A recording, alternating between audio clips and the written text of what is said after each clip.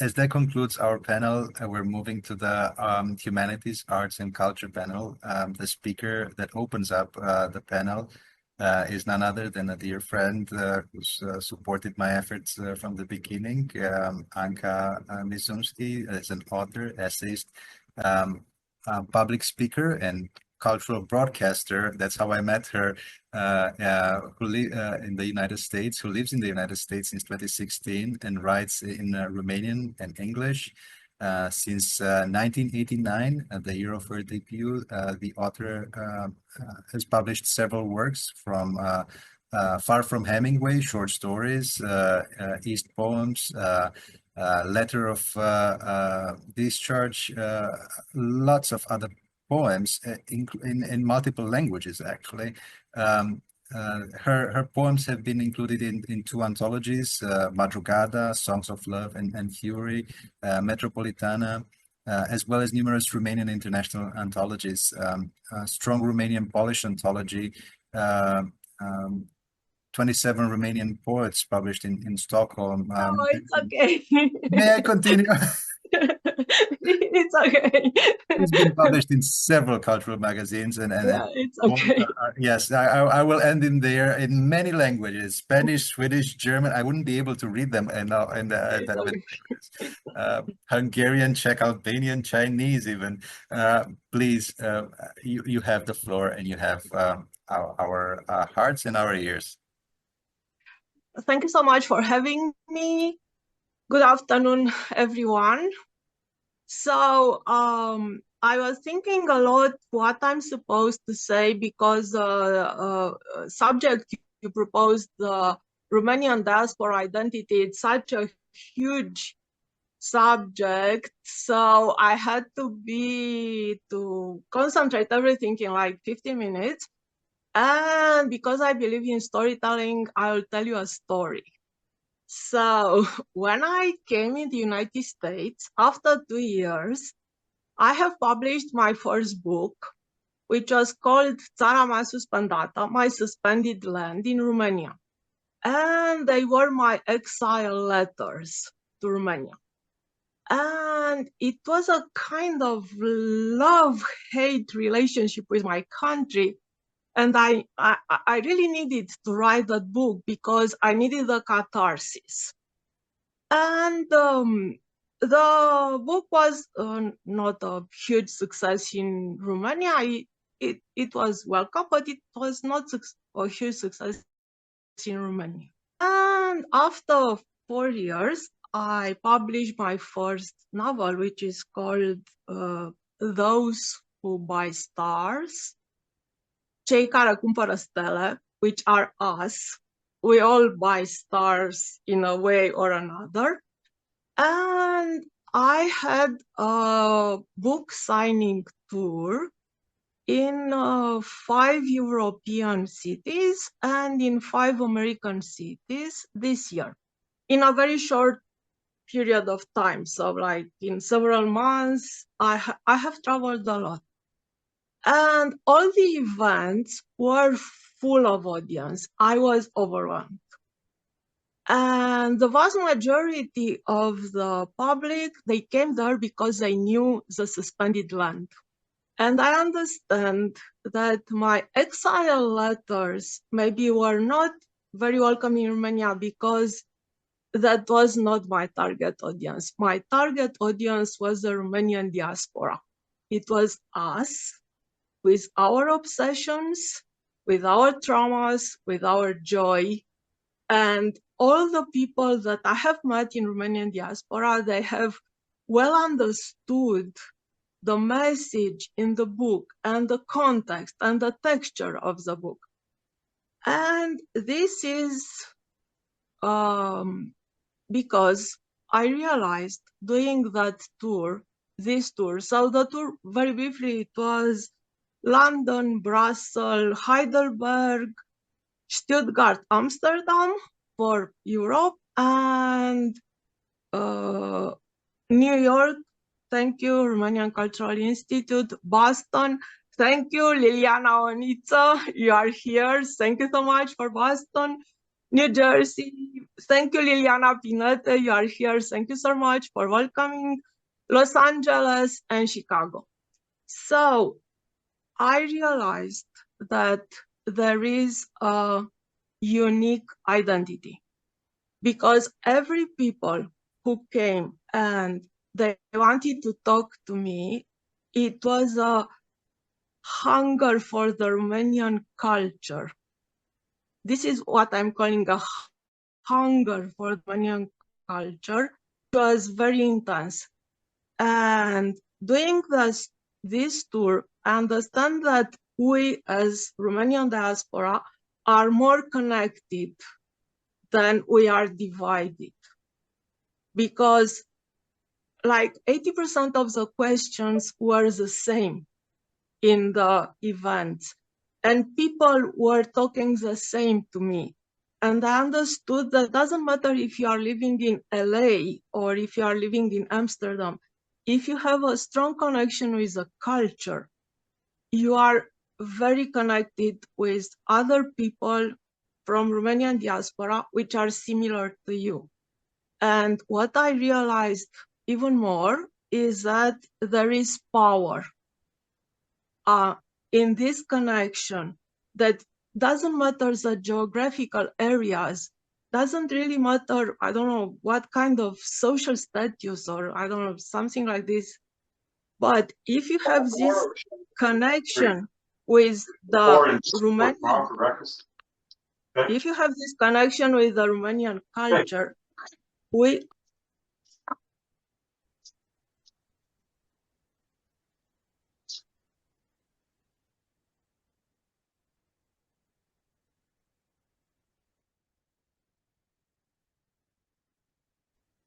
Tao, Yes, apologies for you that. can hear me now? Yes, we can hear you now. Okay. So what I'm talking about this, it's this idea that we are living in a huge, in a time of huge segregation. At this moment, the global phenomenon, I'm sorry that Mihaela Hanna is not here because I wanted to talk something about global phenomenon. The global phenomenon, it's like there is a huge segregation. Everybody is living in his own tribe, and the tribes are not talking to each other. So this is something which is upon us, and this is something which should be, I don't know how to say, a real concern for all of us. And if there is something that we can do as a Romanian diaspora for the Romania and for all of us at the end of the day, is try to find this kind of segregation and interconnect. Because all this kind of manipulation and all these kind of things that are happening now are mainly related to this kind of segregation. So from this coherence and homogenization of the Romanian diaspora from the cultural point of view, which I have lived in the past months, so which I have seen, which I have witnessed, I think that there is a kind of, if there is an initiative, I think that there is a kind of force, like um, like a renewal force, which can be for all of us a kind of way to move forward from this crisis. So this is my experience. Maybe it's a subjective experience, but I have met so many people and I have talked to so many people that in this moment, for me as a writer, it's a blessing when somebody is coming to you and they say, thank you for saying this because you give a voice to my concerns, or you give a voice to dreams. So for me as a writer, I don't think it's a time for ivory towers, because usually this is a stereotype that the artists live in ivory towers. I don't think time for ivory towers. I just believe, and I have experienced this, that it's a time for everyone to have a voice. And I'm not speaking globally for everyone. I'm just speaking for the Romanian diaspora and all we can do if we are connected.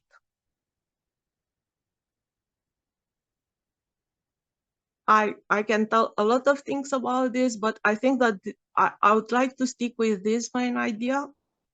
And I would like the idea, for example, in the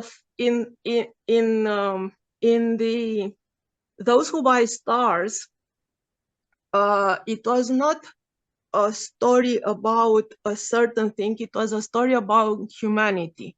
Because if I would not live in USA, which is a mosaic of cultures and religions, ethnicities, and all these kind of things, I would not understand what profound things is to realize that we all are in the same boat.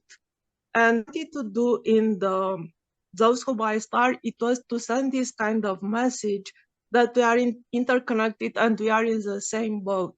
And I was very pleased to see that, for example, in Hora's slide, there is a line about humanity. In Stefania's logo, it's about humanity. And we are speaking at this moment about humanity. This is what I'm trying to do. And this is kind of message I'm trying, with my very modest power. I'm not an organization, but this is a kind of message I'm trying to send at this moment. And I think that is very important, that this common humanity is the only way to go forward. And I think that because most of us coming from Romania or having a strong relation with Romania, we have a very, I wouldn't say sad history, I would say a complex history at this moment. I think that we must be aware of what is happening, and this kind of humanity and interconnections should be somehow emphasized by every one of us. Thank you. Thank you, Anca. You are welcome. Especially in difficult times, this level of solidarity that we're trying to build, feeling anchored, but feeling validated also in our ambivalent emotions, as you said, of both love and hatred, because you passionately care about that place that is common to us. These nexus of issues and these sentiments are experienced by all of us, and that's why, yes, you will always have an audience amongst us because you are voicing our emotions.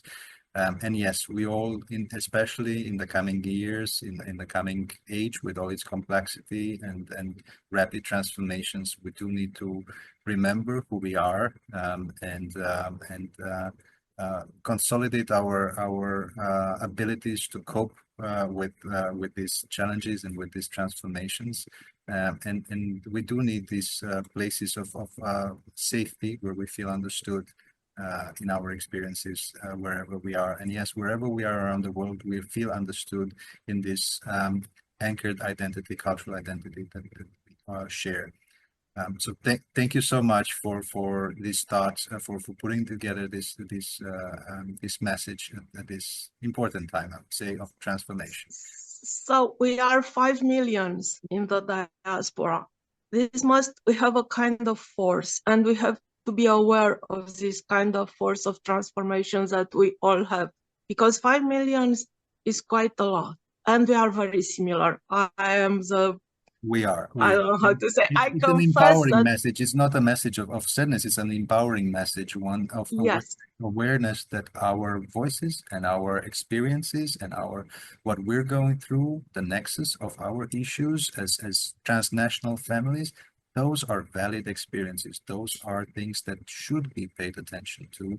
And if they are not, because we are in a huge crisis, please use your voices. Everyone, use your voices. And that is what we're doing. We're giving as many of our role models and public figures a voice and a platform to put into words our emotions and what we're going through at this time. Thank you so much. I will.